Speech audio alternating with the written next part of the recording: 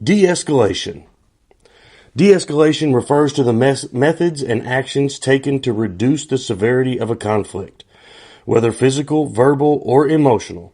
It involves using social cues and communication strategies to manage emotional situations effectively. And this is something that apparently ICE agents don't have enough training in. Hello everybody and welcome to Top News. I'm comedian Matt Farrell coming to you from the My Peacock Comedy channel here on January 8th, 2026. I don't know all the details to the story. I've seen the same videos that you have. I've seen the different angles and I know the outcome. The one thing that we know for sure is that Renee Nicole Wood has been shot and killed. I've heard that she was intentionally blocking the roadway to try to stop ICE agents. I've also heard that she was just trying to leave her home to get out of the situation and got caught in the middle. I also know that ICE agents approached her vehicle, tried to grab her through the window, they tried to open her door, and one officer even approached the vehicle with gun drawn. She panicked and tried to drive away. She did graze the officer that shot her. I saw that angle. In no way, shape, or form do I think that she was intentionally trying to hit him with her car. She'd already had the wheels turned and was trying to get away. He shot, fired, and didn't miss. I also know that in no way are these agents handling these situations properly, and that comes from a lack of training.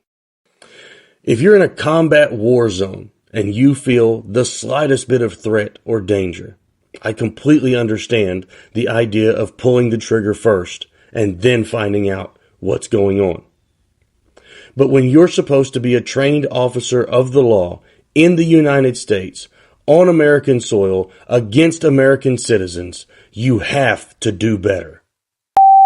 Chasing down ships at sea, taking over the vessel and claiming the cargo as your own? That's what pirates do. Sending your troops into another country, kidnapping their president so that you can name yourself in charge? That's what warlords and tyrants do. This also seems to be the business that the United States is in now.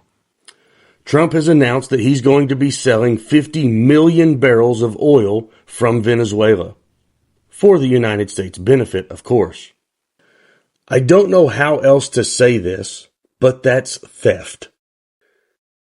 It's been reported several times that the way the United States is handling the situation with Venezuela and with the drug boats that we keep shooting out of the water breaks international laws. Then you've got guys like Steve Miller and Ben Shapiro going online or going on the news talking about how there's no such thing as international law. The U.S. can do what we want because we're the lions. We're the king of the jungle. We're the alphas. And I got to tell you, coming from two guys who couldn't fight their way out of a wet paper sack doesn't mean that much.